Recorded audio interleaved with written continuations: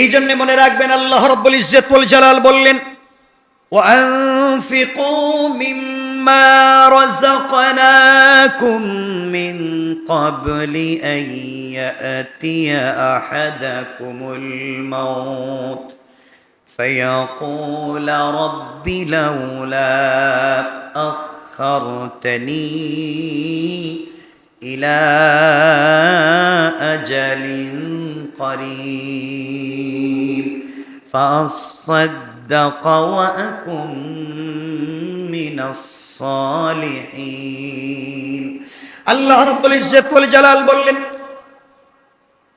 কিয়ামতের দিনে মুসিবতের সময়, যেই সময় কেউ কারো কথা শুনবে না, মা তার কলিজার টুকরা সন্তানকে পরিচয় দিতে চাইবে না, যেই বাবা রক্তকে পানি বানিয়ে গাম বের করে করে ইনকাম করে সন্তানদেরকে লালন পালন করতে চায়, সন্তানের কাছে নিজের পরিচয় দিতে চাইবে না।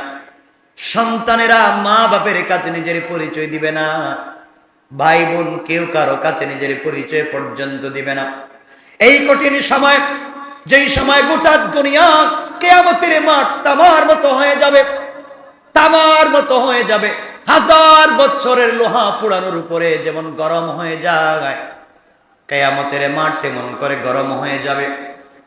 আধ হাত জায়গার মধ্যে আপনাকে 100 বছর পর্যন্ত দাঁড়িয়ে থাকতে হবে। শরীর থেকে ঘাম জরে জরে, কারো হাঁটু পানি হবে, কারো কোমর পানি হবে, কেউ সাঁতার কাটবার মতো পানি হয়ে যাবে। লক্ষ লক্ষ মাইল দূরে যেই সূর্য রয়েছে, সূর্যের 11টা মুখ রয়েছে, সবগুলা মুখ আসমানের দিকে উপর দিকে করে আছে, একটা মাত্র মুখ নিচের দিকে করে আছে। এরপরও তাপের কারণে আমরা সহ্য করতে পারি না, গড়ে থাকতে পারি না। হাজারো লাখো লাখো মাইল দূর থেকে একটা মুখ আমাদের দিকে করে আছে, তার সহ্য হয় না গরম। কিয়ামতের দিনে যখন জমিন হবে তামার, পুরা জমিন হয়ে যাবে তামার, আধা জায়গার মধ্যে দাঁড়িয়ে থাকতে হবে, ঘাড় ঘোরানো যাবে না, পা নড়ানো যাবে না, শরীর থেকে ঘাম জোরে জোরে আমাদের গলা পানি পর্যন্ত হয়ে যাবে। ওই সময় আল্লাহ তাআলা এই সূর্যকে আমাদের আধ হাত মাথার উপরে এনে 11টা মুখ নিচের দিকে করে রেখে দিবেন, পুরোটা বডি পানির মতো তামার মতো গলে যাবে। ওই কিয়ামতের কঠিন ময়দানে কেউ যখন কারো পরিচয় দিবে না, সবাই পলায়ন করবে, কেউ কারো কাছে থাকতে চাইবে না, নিজের পরিচয় গোপন করে চলবে। আল্লাহ রাব্বুল ইজ্জত ওয়াল জালাল বলতে লাগলেন, বান্দারে, দুনিয়ার জমিনে যারা দান খয়রাত করে আসবে, দুনিয়ার জমিনে যারা সাদাকা করে আসবে, দান করে আসবে, আল্লাহ রাব্বুল ইজ্জত ওয়াল জালাল তাদের সবাইকে কিয়ামতের দিনে মুসিবতের সময় এমন জায়গায় না রেখে আল্লাহ তার আরশে আজিমের ছায়ায় রেখে পর্দার আলে বসায়া বসায়া বিনা হিসাবে জান্নাতের ওয়াদা দিয়েছেন। পড়েন সুবহানাল্লাহ। কিয়ামতের দিনে এই মুসিবতের সময়ে কেউ যখন কাউকে পরিচয় দিতে চাইবে না, কেউ কারো কথা পর্যন্ত শুনতে চাইবে না, আল্লাহ রাব্বুল ইজ্জত ওয়াল জালাল ডাক দিয়ে বলেছেন, বান্দা, ওই দিন কেউ তোমাকে যখন পরিচয় দিবে না, ওই সময় রাসূল পাক সাল্লাল্লাহু আলাইহি ওয়াসাল্লামকে আল্লাহ তাআলা কিয়ামতের দিনে চেয়ার দিয়ে বলবেন, বন্ধুরে, দুনিয়ার জমিনে অনেক কষ্ট করেছো, অনেক কষ্ট করেছো, মেহনত করেছো, আজ তোমাকে আমি চেয়ার দিলাম, তোমার জন্য আমি স্পেশাল চেয়ার নিয়ে এসেছি, তুমি চেয়ারে বসো, জান্নাত থেকে পোশাক এনেছি, তুমি পোশাক পরো। নবীজি সাল্লাল্লাহু আলাইহি ওয়াসাল্লাম কাঁদতে থাকবেন। সমস্ত দুনিয়ার মানুষেরা কিয়ামতের ময়দানে এমন অবস্থা যখন চলতে থাকবে, খাবার নাই, পানি নাই, জিহ্বা নাভি পর্যন্ত ঝুলে গিয়েছে, শরীরের ঘাম জড়তে জড়তে সাগরের মতো হয়ে গিয়েছে, ওই সময় মানুষের চিৎকার করতে থাকবে, আল্লাহ তাআলা, তুমি আমাদের জন্য বিচার কায়েম করো, মিজান কায়েম করো, বিচারের পরে তুমি জেল দেও, ফাঁসি দেও, আপত্তি নাই, বিনা বিচারে কিয়ামতের মাঠে আর কষ্ট করতে চাই না, এই কষ্ট আর সহ্য হয় না। আয় আল্লাহ, আমাদের শরীর থেকে চক্ষুগুলা খসে যায়, চামড়ায় আগুন ধরে গিয়েছে, চামড়ায় আগুন ধরে গিয়েছে, আমাদের শরীরের গোশতগুলো আগুন ধরে গিয়েছে, ভিতরের হাড্ডি পর্যন্ত জ্বলে যায়, আর কষ্ট সহ্য হয় না। আল্লাহ তাআলা তুমি বিচারের ব্যবস্থা করে দাও। সমস্ত দুনিয়াবাসী, কিয়ামতের মাঠের মানুষ বিচার কার কাছে চাইবে? আল্লাহ তো কোনো কথা শোনেন না। সকল মানুষের দৌড়ে দৌড়ে আমাদের বাবা আদম আলাইহিস সালামের কাছে গিয়ে বলবে, আব্বাজান, আপনার কারণে আমরা দুনিয়া এসেছি, আপনি আমাদেরকে দুনিয়ায় নিয়ে গিয়েছেন, আজকে কিয়ামতের কঠিন ময়দানে আপনি আমাদের বাবা, আপনার সন্তান আমরা, আপনি একটু আল্লাহর কাছে বলেন আল্লাহ যেন বিনা বিচারে আর কষ্ট না দে, আল্লাহ তাআলা যেন বিচারের ব্যবস্থা করে দে। আদম আলাইহিস সালাম কান্না করবেন আর ডাক দিয়ে বলবেন, কিয়ামতের মানুষেরা রে শোনো, আজ আমি তোমাদের জন্য কিছুই করতে পারবো না, আল্লাহর দরবারে তোমাদের ব্যাপারে কোনো কিছু চাইতে পারবো না। আল্লাহর কাছে যদি তোমাদের ব্যাপারে আমি কিছু চাইতে যে, আল্লাহ যদি বলেন, আদম রে, তোমাকে জান্নাতে বসবাস করতে দিয়েছিলাম, আমার কথা না শুনে কেন ফল খেয়ে দুনিয়ায় গিয়েছো? আল্লাহ যদি আমাকে প্রশ্ন করে জবাব দিতে পারবো না, সুতরাং আজকের দিনে রব্বি নফসি, আল্লাহ আমি আদমকে বাঁচাও, আমি আদমকে বাঁচাও, তোমাদের জন্য আমি কিছুই করতে পারবো না। সমস্ত কিয়ামতের মানুষেরা কাঁদবে আর বলবে, আল্লাহ কার কাছে যাব? বাবা আমাদেরকে আজকের দিনে কোনো পরিচয় দিয়ে সাহায্য করতে চায় না। আদম বলবেন, কিছুই যেহেতু করতে পারবো না, তোমরা যাও তো। আল্লাহ তাআলা একজনকে খলিল বানিয়েছেন, একজনকে খলিল বানিয়েছেন, বড় পরীক্ষা নিয়েছেন। এই পরীক্ষায় তিনি উত্তীর্ণ হয়েছেন। যার নাম ইব্রাহিম আলা নবিয়্যিনা আলাইহিস সালাতু ওয়াস সালাম। তোমরা ইব্রাহিমের কাছে যাও, তার কাছে গিয়ে তোমাদের দুর্দশার কথা বলো। আমার মন বলছে তিনি তোমাদের জন্য কিছু করতে পারবে। সকল মানুষের ইব্রাহিমের দিকে দৌড়াবে। ইব্রাহিম রব্বি নফসি বলে কাঁদতেছেন, গিয়ে বলবে, আপনি না আমাদের মিল্লতের বাবা, আপনারা আমাদের মিল্লতের বাবা, আপনারা আমাদের জন্য কান্না করেছেন, সবগুলো কুরবানি আল্লাহ আপনার উপর দিয়ে নিয়েছে, সবগুলো পরীক্ষা আপনি ফার্স্ট হয়েছে। আজকে আমাদের এই দুর্দশা, আপনি আমাদের জন্য আল্লাহর দরবারে সুপারিশ করে আল্লাহ তাআলা যেন কিয়ামতের মাঠ কায়েম করেছে, মিজান কায়েম করে দে, বিচার শুরু হয়ে যায়। এরপরে যদি জাহান্নামে যাওয়া লাগে জাহান্নামে যেতে রাজি, জান্নাত দিলে জান্নাতে যাব, কিন্তু আর এইভাবে আর কষ্ট করতে পারবো না। ইব্রাহিম কাঁদতে থাকবেন আর বলবেন, যাও আমার কাছ থেকে যাও, আজ আমি তোমাদের জন্য আল্লাহর দরবারে দাঁড়িয়ে কথা বলতে পারবো না। আল্লাহ যদি আমাকে বলেন, ইব্রাহিম তুমি আজকে পাবলিকের জন্য আমার কাছে চাইলা, মানুষকে এর জন্য সুপারিশ করতেছো, আল্লাহ যদি আমাকে জিজ্ঞেস করেন, ইব্রাহিম রে, কেন তুমি তোমার বাপকে লাইনে আনতে পারলা না, কেন তোমার বাবাকে বুঝাইয়া লাইনে আনতে পারলা না, এই জবাবটুকু আমি দিতে পারবো না, এই জবাব আমি দিতে পারবো না। এই জন্য আজকের দিনে আমি আল্লাহর কাছে যেতে পারবো না, কোনো কথা বলতে পারবো না। তবে যাও রে, যিনি সরাসরি আল্লাহর সঙ্গে কথা বলেছেন, যার নাম মুসা কালিমুল্লাহ, আল্লাহর সঙ্গে সরাসরি কথা বলেছেন, তার কাছে গেলে হয়তো কোনো তোমরা সমাধান পেয়ে যাবে। সবাই তো মুসার কাছে দৌড়াবে। মুসা আলাইহিস সালাতু ওয়াস সালামের কাছে গিয়ে বলবে, মুসা আপনার আল্লাহর সঙ্গে সরাসরি কথা বলেছেন, আল্লাহ একটা কথা বললে আপনি তিনটা কথা বলেছেন, এত মধুর সম্পর্ক আপনার সঙ্গে ছিল, একটু বলেন না, একটু আল্লাহর কাছে বলেন, আজ কিয়ামতের দিনে আর সহ্য হয় না, আল্লাহ যদি আমাদেরকে বাঁচাইয়া দেন। হযরতে মুসা ডাক দিয়ে বলবেন, শোনো মানুষেরা, আজ তোমাদের জন্য আমি কিছুই করতে পারবো না।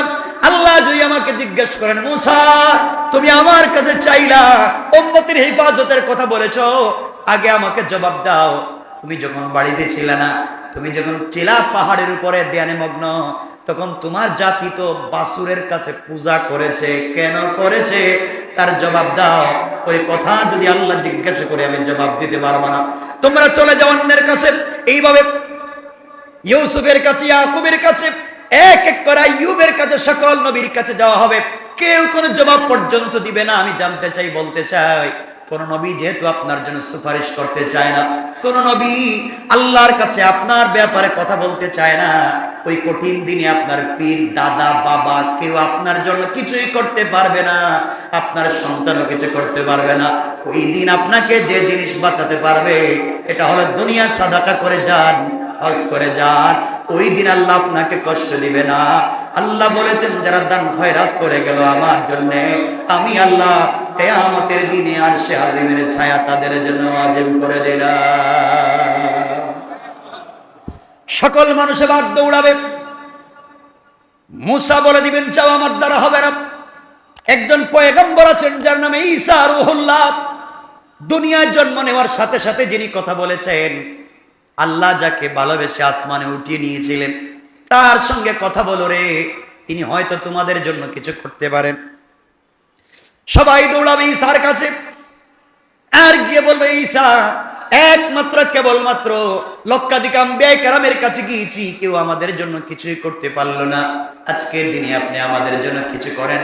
ঈসা আলাইহিস সালাম বলবেন, আমি বেয়াদবি মাফ করবা, আমি তোমাদের জন্য কিছুই করতে পারবো না। আল্লাহর আদালতে, আল্লাহর দরবারে এই কথা বলতে পারবো না। আল্লাহ তাআলা তুমি বিচার শুরু করো, মিজান কায়েম করো, আমি বলতে পারবো না। আল্লাহ যদি আমাকে জিজ্ঞাসা করেন, ঈসা বলো না, তোমাকে মানুষ কেন আমার সন্তান ডাকলো, কেন ডাকলো বলো তো? তোমার উম্মতেরা কেন তোমাকে আমার সন্তান ডাকলো, আর মারিয়ামকে কেন আমার স্ত্রী ডাকলো? জবাব দাও। আমি আল্লাহর কাছে জবাব দিতে পারবো না। তোমাদেরকে একটা সলিউশন করে দিতে চাই। আদম থেকে আমি পর্যন্ত এসেছো, এইভাবে যদি হাজার কোটি কোটি বছর চলে যায়, হাজার কোটি কোটি বছর যদি তোমরা কান্না করো, আরেক নবী থেকে আরেক নবীর কাছে যাও, কেউ তোমাদের উপকার করে দিতে পারবে না। আমি তোমাদেরকে সলিউশন দিচ্ছি রে। দুনিয়ার জমিনে একজন পয়গম্বর ছিলেন, যাকে আল্লাহ হাবিবুল্লাহ বানিয়েছে, যাকে কলিজার টুকরা রাসূল বানিয়েছে, যাকে আরশে আসীম পর্যন্ত নিয়েছে, যাকে চিন্তা করে গোটা দুনিয়া সাজিয়েছে, যার জন্য আল্লাহ আসমান জমিনকে সাজিয়েছে। আখিরি জামানার পয়গম্বর, সরকারে কায়নাত, দু জাহানের সরদার, নবী রহমত জনাবে মুহাম্মদ রাসূলুল্লাহ সাল্লাল্লাহু আলাইহি ওয়াসাল্লাম কিয়ামতের মাঠের কোথায় আছেন খুঁজে বের করো। তার কাছে যদি যেতে পারো, আজকের দিনে শাফাআতে কুবরা একমাত্র তার হাতে। তিনি যদি কোনো কথা বলেন রে, আল্লাহ তার কথা ফিরিয়ে দিবে না। পৃথিবীবাসী বললে কাজ হবে না। তোমরা সেই নবীকে খুঁজে বের করো, তিনি কোথায় আছেন।